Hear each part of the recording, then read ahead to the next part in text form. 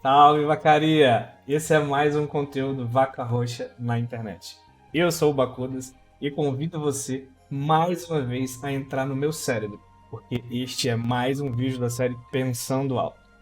Antes, porém, se você não é inscrito ainda aqui no canal, aperta o botão, se inscreve e ativa o sininho para receber todas as notificações dos futuros vídeos e dos próximos conteúdos que a gente vai enviar aqui e disponibilizar no nosso canal. Você vai ajudar muito, assim, tanto o canal em si, quanto a comunidade do Vaca Roxa. Bacudas, eu vi na descrição do vídeo, no título, que você vai falar hoje, vai pensar alto hoje sobre heurísticas. Mas o que é isso, né? Que diabos é isso? Eu nem sei o que é isso. Vira e mexe, eu só ouço falar ali. Entrei num time que tem um designer lá que fala de heurística. Tem outro programador que também fala sobre heurística. Ah, o designer de UX vive falando dessa atividade que ajuda a gente fazer algumas coisas. Mas o que é isso, cara? Que diabos é heurística, afinal? Antes, você sabe o que é heurística? Se você sabe, deixa aqui nos comentários qual é a sua percepção, o que você entende, como é que você tem aplicado esse processo, essa atividade aí no seu trabalho. E conta um pouquinho pra gente. Eu acho que essa troca de informação é muito boa e de repente ajuda outras pessoas também que estão curiosos ou que não sabem sobre isso a entender um pouquinho melhor e a fomentar esse debate. Mas vamos lá. Basicamente, heurística é um método, mais um processo, né? Tô ficando até um pouco chato aqui de tanto falar sobre processos e métodos, mas eu acho que é muito sobre isso. Assim, eu já falei um pouquinho sobre a vivência do design com esses métodos e processos e é muito fundamental, assim. Por exemplo, se você é um game designer, se você pretende se tornar um designer de jogos, é muito importante que você seja um cara que tenha valor, que dê valor para os processos e para os métodos, né? E que tenha suas próprias metodologias. Mas, assim, especificamente agora falando dessa método heurístico, né? Ele, como eu falei, é um processo, é um método que ele tem um objetivo muito claro ali de encontrar soluções para um problema. Aquilo que eu falei no passado também sobre design, né? Que é muito fundamental a gente ter metodologias e métodos para resolução de problema, né? Recorte do problema, o entendimento mesmo, assim, que a gente só consegue efetivamente resolver e propor soluções se a gente entende muito bem o problema. Então, é uma etapa que eu vejo alguns profissionais pulando ou passando um pouco tempo ali na maturação desse objeto, assim, que é o problema a ser resolvido. Ele também se aplica, assim, de modo geral, num cenário onde a gente tem poucas informações a respeito de um problema específico, né? Aqui eu vou tratar um pouco no âmbito dos jogos, mas ele se aplica em diversos outros locais. De modo geral, o método heurístico é aplicado para auxiliar e facilitar ali a descoberta de respostas e sobre um determinado assunto. Geralmente através ali de um encaminhamento com seja um checklist, algumas perguntas. Aí varia um pouco de profissional para profissional como eles estruturam ali os seus métodos heurísticos, né? Assim, em conjunto e tudo mais. Eu já vi documentado de diversas formas. Aqui eu vou trazer um cenário do design experiencial, que é, como eu falei também no outro vídeo, um design voltado ali para experiências, né? Então por isso que eu falei um pouquinho ali mais cedo sobre o designer de UX, né? Que é o designer de experiência propriamente falando. Mas a gente começa a enveredar aqui, por exemplo, para os jogos. E falando em experiência, como eu vou falar aqui, a gente pode ver aqui um pouquinho da diferença da abordagem, porque a gente tem aqui modelos de experiência do jogador, que é necessariamente, não necessariamente, mas diferente de um usuário comum, sei lá, de uma interface, de um aplicativo, de outras ferramentas. Nesse ponto aqui, a gente começa a ouvir bastante, isso aí já bebe também do desenvolvimento de software, por exemplo, que é um design centrado no usuário. E a gente começa a avaliar as experiências que um jogo é capaz de proporcionar ao jogador. E a gente sabe que elas são muitas, assim, diversas e muito complexas. Muito por conta disso, é aqui onde começa, onde a nossa abordagem fica um pouquinho diferente da utilizada em softwares de produção, como aplicativos, sites e outras ferramentas digitais que a gente vê por aí. Nesse sentido, para facilitar, a gente pode separar esse método de análise em conjuntos. Então a gente pode avaliar, por exemplo, determinados pontos do jogo ou do produto em questão, como por exemplo quebrar ali a grande atividade de análise heurística em diversos conjuntos, no qual eu vou avaliar a heurística, as heurísticas de usabilidade, depois as heurísticas de jogabilidade, depois as heurísticas de gameplay, heurísticas de balanceamento, narrativa, objetivos, interação social, né? Eventualmente tem essa dinâmica presente no jogo. E demais lentes que é possível observar ali dentro do seu jogo. A gente tem um espectro muito amplo ali de objetos e elementos que a gente pode mapear e construir heurísticas para avaliar aqueles objetos e aqueles elementos. Então, falando em lentes, né, vou pegar o gancho e falar rapidamente sobre o livro do Shell. De novo, Bakuda. Sim, ele é de fato um grande marco, assim, dentro, pelo menos da área de game design como um todo, né? E eventualmente a gente vai voltar nele. Inclusive porque dentro dessa série do Pensando Alto, eu estou fazendo uma série de game design especificamente, tratando dos capítulos do livro do Shell, tentando analisar ele de uma forma pessoal, assim, com a minha vivência e com a minha interpretação. Então, nesse ponto aqui da heurística, eu achei interessante levantar, e não foi nem daí que veio a motivação de fazer esse vídeo, né? Já é um assunto que eu gostaria muito de me aprofundar, e eu acabei usando esse tempo para estudar um pouco mais, li alguns artigos, vou colocar aqui, deixar na fonte, na descrição, a fonte de diversos artigos que eu utilizei aqui para construir esse discurso, para pensar alto com um pouquinho mais de embasamento teórico. Mas então, voltando para o livro do Shell, o livro A Arte de Game Design, ele também é conhecido como o livro das lentes. Inclusive, ele lançou um aplicativo também em paralelo ao livro, que tem só as lentes que ele traz no jogo. Mas o que são essas lentes, Bakudas? Ao longo do livro, ele tem total de 100 lentes lá que ele separa, tudo bonitinho, aparece de uma forma diferente para você, com destaque para você prestar atenção realmente naquela lente ali, e elas são de modo geral contextuais aos capítulos, e em cada capítulo ele trata de uma etapa específica da construção de um jogo, né, sob a ótica do game designer, né, de um designer de jogos.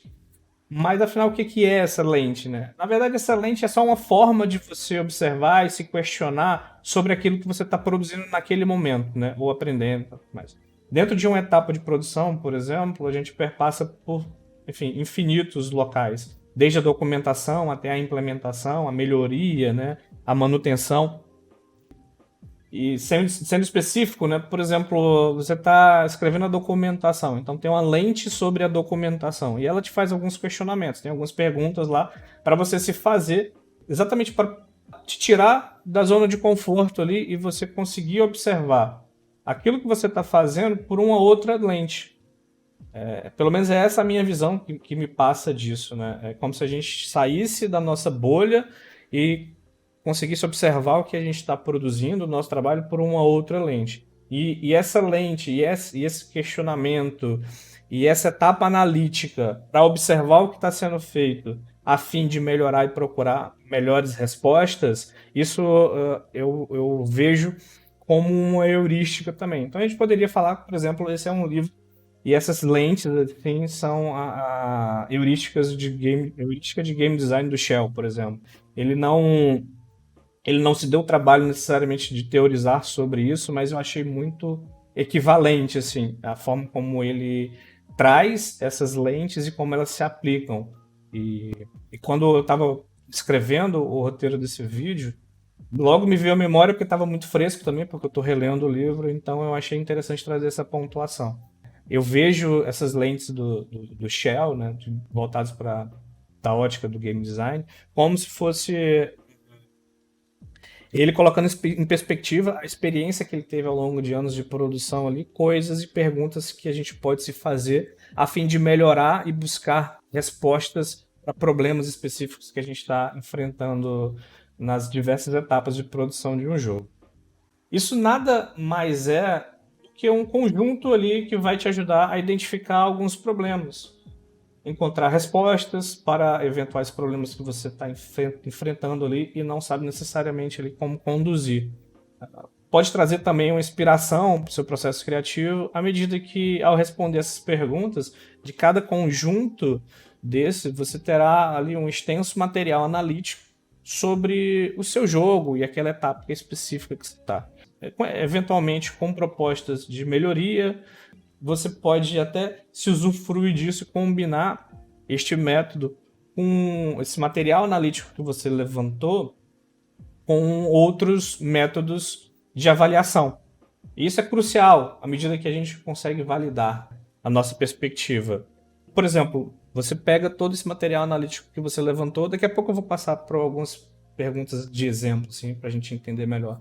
Então, você pega esse material analítico que você levantou, fazendo uma análise heurística do seu jogo, na etapa que ele está, por exemplo, numa versão alfa. Então, você faz ali essa etapa analítica, mapeando se existe alguma melhoria para fazer, se está adequado ou não, enfim.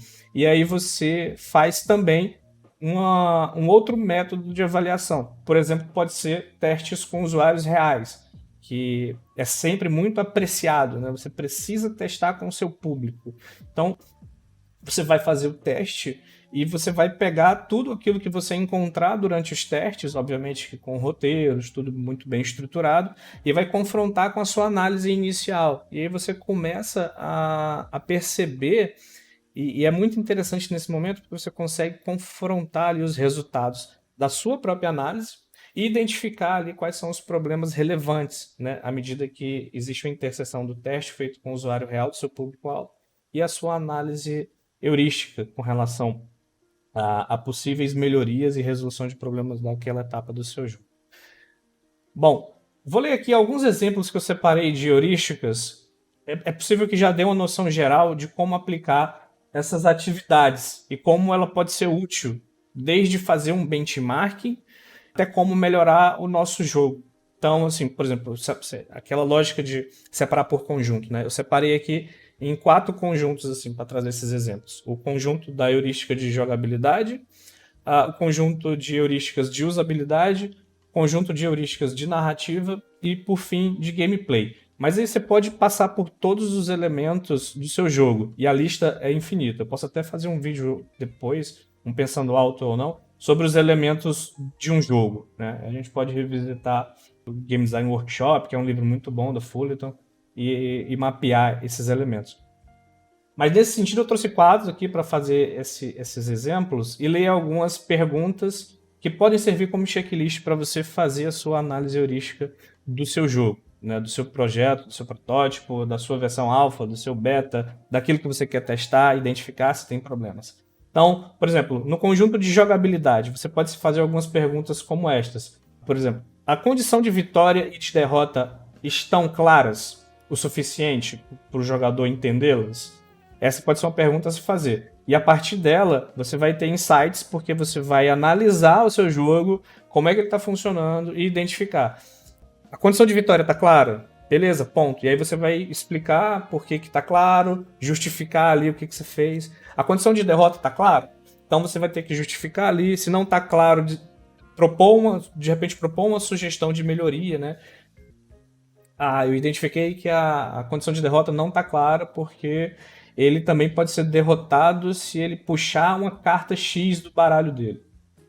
E a gente não comunicou isso em momento algum. Então você vai mapear isso e vai transformar isso numa documentação que vai sugerir uma melhoria. Provavelmente vai para o backlog e vai ter que ser comunicado de forma adequada essa parte do jogo. Outra pergunta que pode ser feita. O jogo oferece uma evolução gradativa dos desafios? Então, como é que a gente está mapeando a evolução dos desafios do jogo? Tem uma regra? A gente está se baseando em algum modelo? Ou, enfim, a gente está indo só no feeling, esse feeling ele está adequado ali com o meu público-alvo? Então, por exemplo, você pode validar isso internamente e depois confrontar isso, de repente, com um teste feito de um usuário, porque o seu jogador ele pode falar que achou adequado a evolução dos desafios e você está mapeando que não está. Então é importante você mapear isso e ver ali também a aderência da sua análise nesse momento. Outra pergunta que pode ser feita aqui no âmbito da jogabilidade. O ritmo do nível 5, por exemplo, está adequado à habilidade do jogador ao chegar nesse nível? Então eu tenho que mapear, de repente eu vou ter uma tabela para mapear o quanto ele vai ter de experiência, de itens, e entender se o ritmo do nível é proporcional à habilidade que ele tem quando ele chega naquele nível. Então você pode ter isso documentado de diversas formas. E é interessante você observar isso de cada nível que você faz. Tipo, no nível 1, legal, ele tá aprendendo. No 3, ele já deveria ter aprendido essa habilidade aqui, ter essa arma.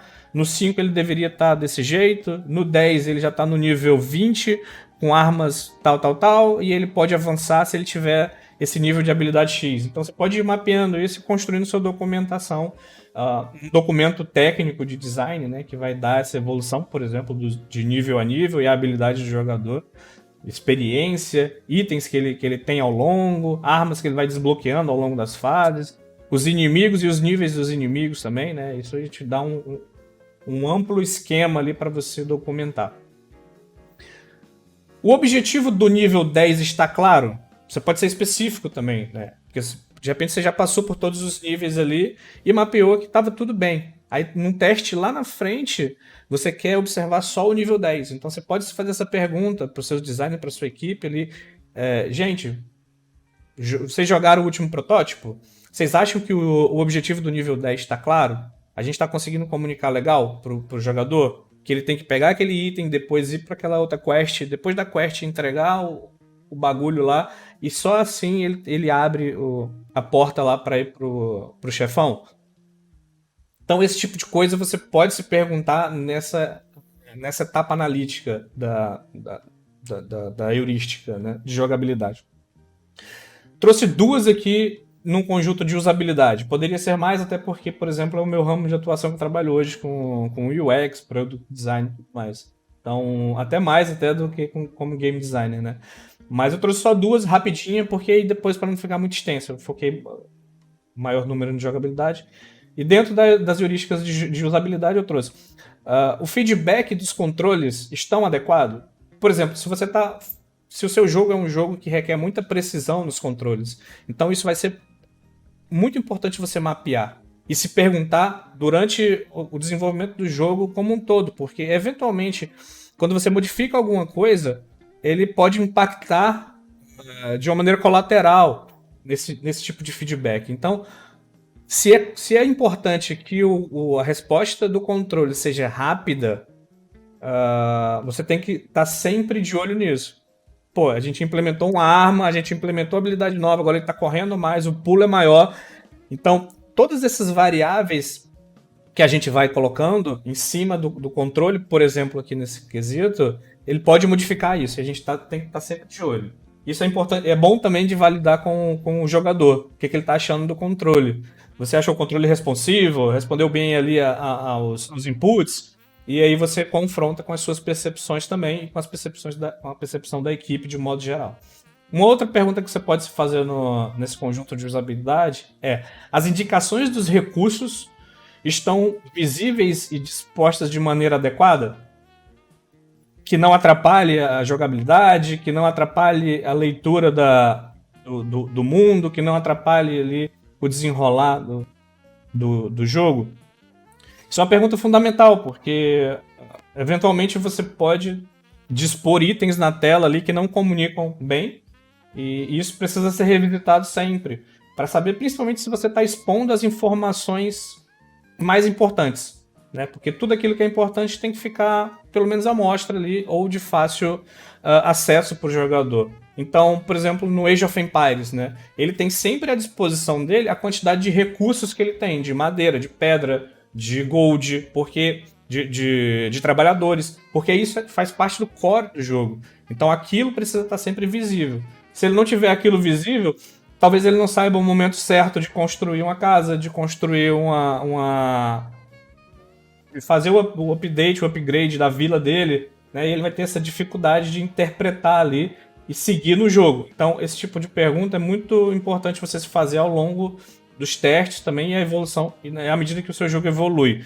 Porque vira e mexe a gente começa com uma interface de uma forma, aí prototipa outras, depois testa ali e tal, tudo mais, e a gente vai modificando ali, fazendo pequenas modificações que vira e mexe tem um impacto muito grande na hora do jogo mesmo. E aí, mais uma vez, a questão da usabilidade é muito importante você confrontar com a percepção do jogador, né?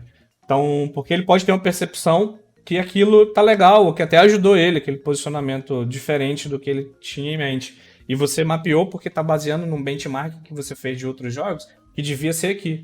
Mas sem querer saiu no outro lugar ali, porque você quis fazer um teste, AB, que seja, e melhorou, né? Então, fazer essa pergunta foi fundamental ali na sua análise heurística para solucionar um problema, né, de visualização ali da interface e tudo mais.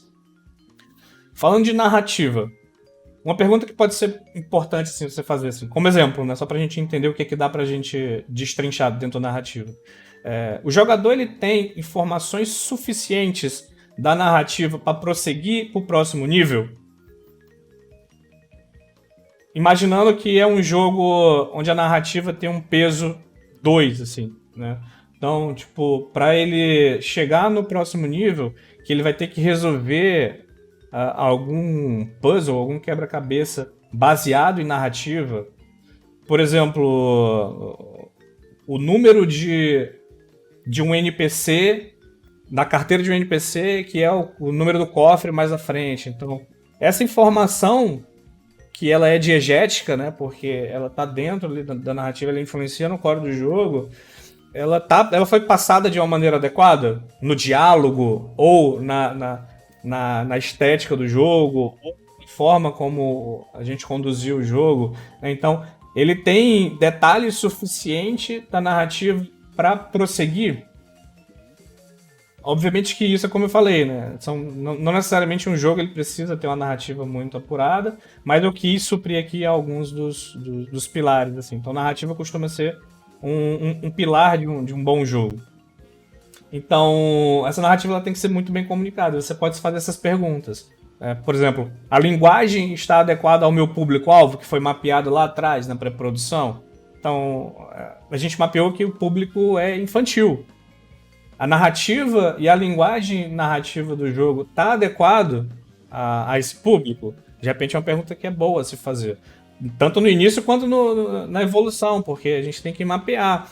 Se a gente está indo falando termos técnicos demais, deixando uma narrativa muito truncada a ponto que uma criança ou que o meu público infantil não entenda, então é importante não ter, por exemplo, não ter arcos muito complexos, né? Então é importante a gente mapear isso e vincular sempre ali ao nosso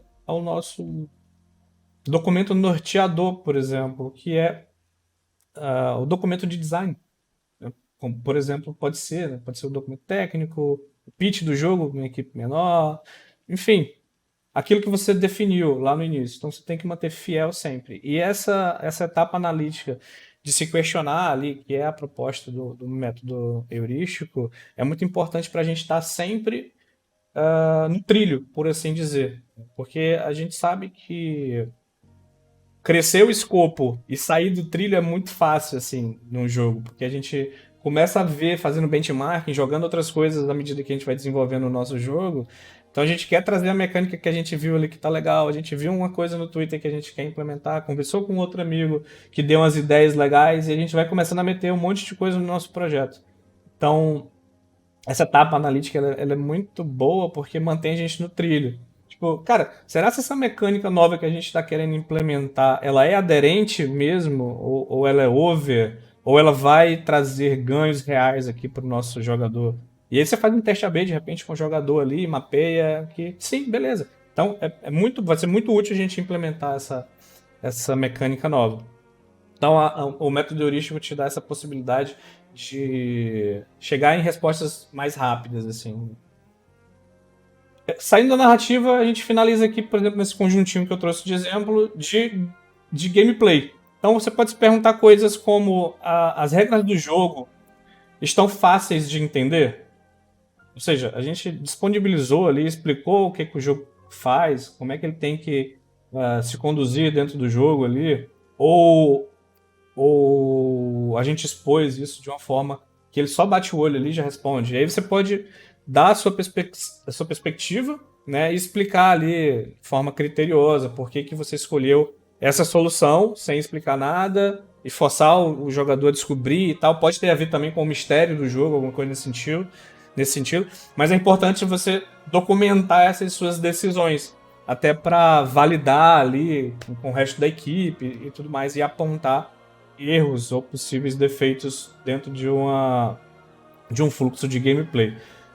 Ainda na lógica do gameplay, você pode se perguntar se há algum puzzle incongruente, ou seja, aquele puzzle não faz sentido naquele cenário porque ele não conversa com aqueles elementos. De repente você pensou num puzzle muito legal para o nível 5, que ele é na mata, na selva, e você tentou reutilizar ele na fase 2, que é na cidade. Mas ele tem pedras, sei lá, plantas e tudo mais, e ele é meio que incongruente ali.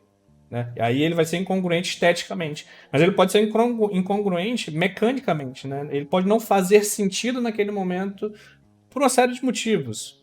Por exemplo, com relação à habilidade do jogador. Talvez ele não tenha a habilidade requerida ainda para enfrentar aquele puzzle que você colocou no nível 2. E ele deveria estar no nível 7, por exemplo. Algumas coisas nesse sentido. E aí você começa a se perguntar e mapear e ver se as coisas e os elementos de gameplay que você está colocando, as camadas de gameplay que você está colocando, está aderente ali à proposta que você quer de experiência do jogador naquele momento. Até porque é uma escalada, né? Dificilmente você vai ver jogos lineares, onde você não evolui os desafios, né? Uma última pergunta que eu trago de exemplo aqui dentro desse conjunto de gameplay é sobre feedback também, assim. A gente pode confundir um pouco, eles confundem um pouco com usabilidade, né? Porque tem a ver com feedback Mas esse no caso, eu coloquei aqui porque eu acho que faz sentido, que é o feedback de progressão, né? O feedback de progressão, ele tá funcionando para motivar o jogador? Ou seja, a minha fase ali, o meu gameplay, ele tá proporcionando Ele tá dizendo pro jogador, cara, você tá evoluindo as suas habilidades, você tá passando de nível. Não é raro você entrar num jogo, principalmente no sandbox, e ficar rodando a cidade, sem ver sinalização de quests, sem saber o que você tem que fazer. Aí você começa a fazer um monte de coisa paralela, porque você nem sabe o que é a sua quest principal. Então, tipo, é importante a gente mapear esse tipo de coisa, né? Feedback de progressão é muito bom, porque você não deixa o player perdido. Eventualmente ele ficar perdido é o que você vai querer, porque gera uma mecânica e um gameplay emergente. A gente vê muito isso, por exemplo, nos RPs da vida, GTA e tal, Rust também, que é tipo não ter uma quest específica e aí você gera a mecânica emergente lá, de você interagir na cidade, fazer outras coisas. As side quests também aparecem para isso, né, para suprir essas lacunas onde a main quest não tá muito presente ali pro jogador. Mas é importante a gente mapear e fazer isso conscientemente, sempre que possível. Não necessariamente a gente vai conseguir mapear todas as mecânicas emergentes, por exemplo. Inclusive, isso é um bom vídeo, depois eu vou tentar pensar alto sobre isso também. Mecânicas emergentes, ele traz um senso de replay muito bom, que é exatamente isso, ele motiva o jogador a querer fazer mais daquilo, porque ele vê que ele tem um ambiente de exploração muito grande. Né? Então é interessante a gente mapear nesse processo analítico se está condizente também esse tipo de feedback para o nosso jogador. Eu tenho que fazer essa pausa estratégica aqui exatamente para saber se você está gostando do conteúdo. Então, se você está gostando do conteúdo até agora, deixa o like, por favor, aqui nesse vídeo, porque você ajuda não só o canal, mas ajuda a comunidade do Vaca Roxa como um todo. Porque, falando em motivação, deixa a gente um pouco mais motivado para a gente construir e criar esse tipo de conteúdo. Né? Leva tempo, a gente pesquisa um pouquinho. Apesar do nome ser pensando alto e eventualmente eu faço isso de modo de devaneios, né? Requer uma pesquisa também. Então, se você já é inscrito, obrigado. Se não é inscrito ainda, se inscreve no canal, ativa o sininho lá para receber todas as notificações dos próximos vídeos, dos conteúdos que a gente vai subir a partir de agora. Mas, Bacudas, afinal, Sim, por que que esse método é interessante? Por que que eu tenho escutado cada vez mais falar de heurística para cá, heurística para lá? Você pode estar se perguntando isso e eu vou tentar responder de uma maneira bem objetiva. O método heurístico ele é muito bom porque ele não é só uma atividade assim, né, banal, mas ela é uma atividade que ela pode ser feita de forma rápida, barata e que não requer muitas pessoas na equipe assim, envolvida. Geralmente você tem uma atividade de descoberta numa equipe maior que você vai juntar todo o squad, que você vai trazer os stakeholders envolvidos. E nessa etapa, nessa avaliação heurística, você pode até fazer sozinho, se você tiver um conhecimento, um know-how legal, você pode mapear isso certinho e passando ali por todos os elementos que a equipe entende que é interessante e fazendo suas considerações para levar de repente para um PO, para levar para o líder da sua equipe, para levar para o seu game designer ali que você está fazendo uma dupla, enfim, para trazer, né, essas propostas e entendimento tanto de melhoria quanto responder a algum eventual problema que você está tendo ali dentro do seu projeto. Ele tem a capacidade e um potencial enorme de gerar um grande volume assim, de insights a respeito do objeto que você está observando, estudando. O outro ponto de vantagem que eu trago aqui, isso puxando inclusive muito do design de UX, e a gente vê bastante isso no design thinking também, que é métodos que podem ser usados em diversos momentos do projeto. Esses métodos eles são a carta coringa que a gente tem no nosso cinto de ferramentas. Porque a gente pode, por exemplo, fazer uma análise heurística em algumas etapas diferentes ali do projeto. A gente pode fazer no início, no momento de discovery, que a gente está tentando mapear uma lacuna e uma oportunidade de mercado. Então a gente vai fazer um benchmarking de concorrentes. Dentro desse benchmark a gente pode fazer uma avaliação heurística para entender por que, que aquele concorrente funciona tão bem nesses quesitos. De repente, jogabilidade, gameplay, usabilidade, narrativa, e mapear o que, que os concorrentes estão fazendo bem e como é que eles estão performando legal. Como é que eles resolvem os problemas, né, dentro desses conjuntos específicos de heurística. E também ela pode ser aplicada no momento de pré-produção e produção também, à medida que a gente vai estar avaliando o nosso próprio produto. Como eu já falei, a gente pode fazer diversas análises heurísticas nas etapas de validação, seguidas de testes com o usuário. Então você levanta suas percepções de como está o seu jogo em determinada versão, faz uma análise heurística em conjuntos e em elementos específicos e depois confronta isso com uma outra metodologia de avaliação, seja um teste de usuário, seja uma outra atividade de descoberta e tudo mais. E você consegue ter um arcabouço muito grande de insights, propostas de melhoria, uma documentação bem criteriosa a respeito dos pontos e dos elementos de game design do seu jogo. É importante a gente falar nesse momento aqui, porque eventualmente a gente não trabalha solo, né? Eu vejo muita gente, principalmente na comunidade do Vácuo, que tem seu próprio estúdio, que trabalha sozinho, que trabalha com uma equipe muito pequena.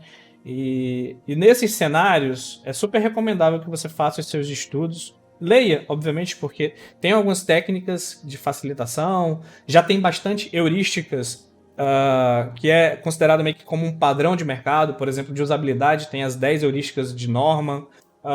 De game design, por exemplo, tem o livro do Shell e as lentes do Shell que você pode observar o seu jogo, ainda que não seja um consolidado, né, de heurísticas de game design, ele pode servir como isso. E tem outros aí no mercado à disposição. Você pode ter artigos que falam sobre o desenvolvimento e a construção de heurísticas para avaliação de jogos digitais ou de jogos analógicos, de tabuleiro, enfim, é um mundo. Você pode pegar heurísticas de outras coisas, de outros cenários e trazer e adaptar para as suas necessidades. Nada impede de você extrapolar as suas pesquisas ali e a forma como evolui os seus processos. Vai depender da forma que melhor se encaixa no seu cenário. E aí é importante muito você fazer os seus estudos, as suas análises, ainda que de maneira informal, mas tenta documentar de uma forma criteriosa, de uma forma analítica, os seus achados. Mais uma vez, documente tudo e busque entender ali uma forma de melhorar esses processos, né? É muito importante a gente olhar os processos de uma outra ótica para identificar onde é que a gente pode melhorá-los.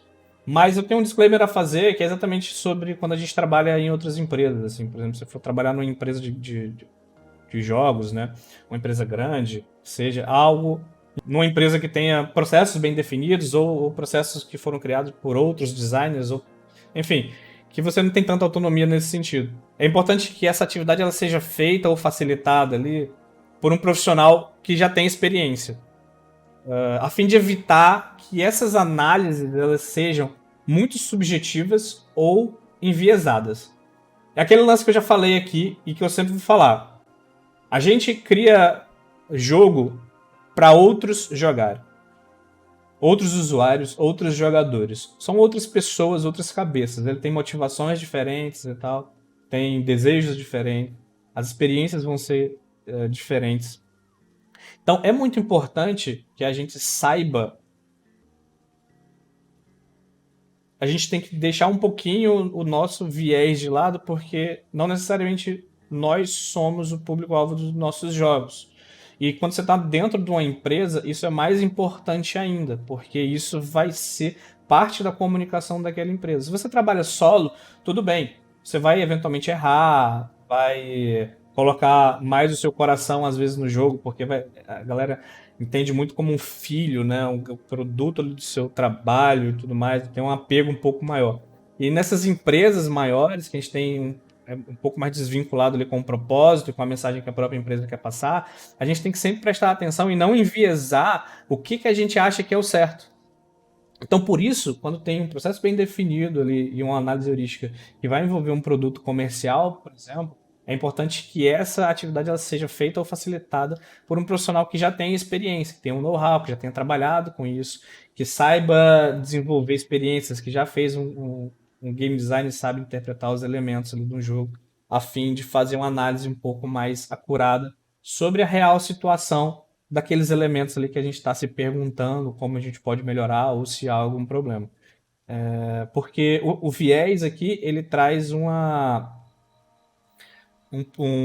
ele costuma trazer um problema bem complexo, assim, e que a gente tem que tentar evitar sempre, porque se a gente enviesa uma análise dessa, a gente vai gerar, por exemplo, a gente pode gerar tomada de decisão com base naquele design, naquela análise ali. Então, eu vou tomar decisões de design de negócio com base naquela análise que está enviesada. E isso pode não refletir o que o projeto, o produto, o jogo teria que passar segundo a documentação, segundo o conceito, segundo tudo que foi estruturado anteriormente. Enviesando isso, né, isso aí pode ser uma linha entre o seu jogo falhar ou ter muito sucesso. E essa linha costuma ser muito tênue, tá? Então a gente tem que observar muito isso e é um disclaimer que eu deixo, sim. Essa como eu estava falando lá sobre os pontos positivos, né? Ela é uma técnica de análise e de avaliação que ela é muito rápida e muito barata, mas ela também ela pode ser muito ruim à medida que a gente enviesa muito os nossos posicionamentos, né? E a gente tende a não se debruçar analiticamente sobre os achados. Por isso que é importante a gente documentar, levantar uma ideia crítica ali e analítica sobre o que a gente está encontrando. Porque, eventualmente, a gente passa ali de uma maneira muito rasa para as próximas heurísticas, à medida que a gente vai achando já algumas coisas. Então, é importante a gente estar sempre melhorando as nossas análises, o nosso poder crítico de interpretação e avaliação ali da realidade em si, não o que a gente acha que é legal, né? Então é muito importante. E só o tempo, a prática e os estudos que vão ajudar a gente nisso. Como eu falei, assim, é muito bom que você faça aí nos seus estudos essas análises e entenda como melhorá-las, né? E quando você se confrontar lá no mercado, por exemplo, ou dentro de um projeto um pouco mais profissional que você precisa realizar uma análise nesse sentido, que você tenha capacidade de fazer uma análise que seja fiel ali e aderente à proposta e ao conceito do jogo. Não necessariamente as suas motivações em específico, né? Porque é aquilo que a gente está falando, volto a falar de novo para frisar, a gente como criador, como game designer, não necessariamente somos o nosso público, né? Então a gente tem que observar muito isso e tomar muito cuidado nesse quesito. Uma outra coisa que é muito importante também, já caminhando para o finalzinho do vídeo, é saber que em determinados cenários ela pode representar e ter interpretações diferentes. Como, por exemplo, na matemática, na ciência da computação. Mas aqui, nesse sentido, mais por limitações técnicas mesmo e de conhecimento, eu não vou entrar no detalhe. Porque cada um tem algumas implicações específicas e aplicações para determinados cenários. Então, nos jogos, eu acho que é um pouco disso do que eu tentei trazer para vocês, né? É uma análise que a gente faz por meio de perguntas ali para tentar guiar a gente e facilitar a responder algumas perguntas, né, e resolver alguns problemas. Geralmente quando a gente não tem muito contexto sobre aquilo, e a gente vai mapeando, se perguntando, tudo mais. E é muito importante que você tenha os seus próprios métodos de avaliação. Então, tipo, você vai construindo os seus métodos à medida que você vai criando os seus jogos. Tipo, quando você for fazer um jogo mobile, você vai se fazer perguntas diferentes para um jogo de console, que consequentemente são diferentes perguntas que você vai fazer para a web. Eventualmente, em alguns conjuntos, como por exemplo jogabilidade, narrativa, gameplay, existem perguntas repetidas ali que você pode reutilizar. Mas, por exemplo, no desenvolvimento de um jogo para mobile, você talvez queira fazer perguntas sobre mobilidade, janela de tempo, que não faça sentido em outros cenários dentro dos jogos ali de console, por exemplo, de web e tudo mais. Então você vai verificar se os controles de tela estão acessíveis, você vai verificar se o jogo tá fazendo ali uma retenção suficiente, né, pensando numa proposta um pouco mais mercadológica. Qual a janela de tempo que é aquele ideal para aquele tipo de usuário? Enfim, são algumas outras perguntas que você vai construindo ao longo da sua carreira e desenvolvimento do seu portfólio aí. Você vai documentando ali. E a tendência é que a gente tenha cada vez mais perguntas melhores para fazer. Que os nossos jogos só vão sair melhores e se a gente conseguir fazer perguntas boas, assim, tanto pra gente, tanto pro nosso jogo, tanto pra nossa audiência, e a gente vai utilizando essa ferramenta e esse método que é tão bom, assim, e ele é muito poderoso, com outros métodos de avaliação. E isso só traz, assim, e gera um grande arcabouço de conhecimento aqui, muito legal para a gente construir cada vez melhor os nossos jogos. Esse conteúdo só foi possível pelo apoio de cada um dos participantes da comunidade do Vaca Roxa. E, claro, de todos que me seguem no Twitter, no Facebook, no Instagram e nas diversas redes que eu estou presente. E, é claro, dos apoiadores lá da campanha de apoio recorrente do Vaca. São eles: Marcelo Falbo, Glent GM, Ricardo Johan, Luiz Gustavo, Churros, Alexandre Evil Blind, Andressa Cruz, Rafael Martins, Isabelle Brandeleiro, Bruno Rolim, Stark, Douglas Aguiar, Felipe Machado, Seb, Carol, Sária, o Richard Ró, o Kio e o Rafael Redemptor. Você também pode ajudar e qualquer valor é muito bem-vindo. É fácil, é só ir lá no Apoia-se do Vaca, pelo endereço apoia.se/Vaca Roxa, que você vai ver que tem diversos valores lá e pode escolher um que se adequa melhor ao seu perfil. E pode ter certeza que isso vai ajudar muito a gente seguir construindo e criando esses vídeos e trazendo esse conteúdo para a comunidade. Quero fazer uma pequena errata aqui, que nos vídeos anteriores eu posso ter esquecido alguém e peço mil desculpas por isso, dos apoiadores lá do Apoia-se do Vaca. A minha tabela estava extremamente incompleta. Por algum motivo, quando eu fiz o download lá do dashboard do Apoia-se, veio faltando algumas pessoas. Agora eu corrigi e acho que todos estão aí. Obrigado novamente pelo apoio de todos. Esse vídeo só foi possível pelo apoio de cada um de vocês. Quero agradecer também e mandar um abraço exclusivo aqui para o meu amigo Gabe e para o AF, que diariamente eles estão ajudando a gente lá a moderar e a tornar a comunidade Vaca Roxa mais incrível ainda. Este é mais um vídeo e um conteúdo Vaca Roxa na internet. Heurísticas! Ah! Caralho! Ah, o cérebro tá fumaçando aqui, mano. Vamos lá.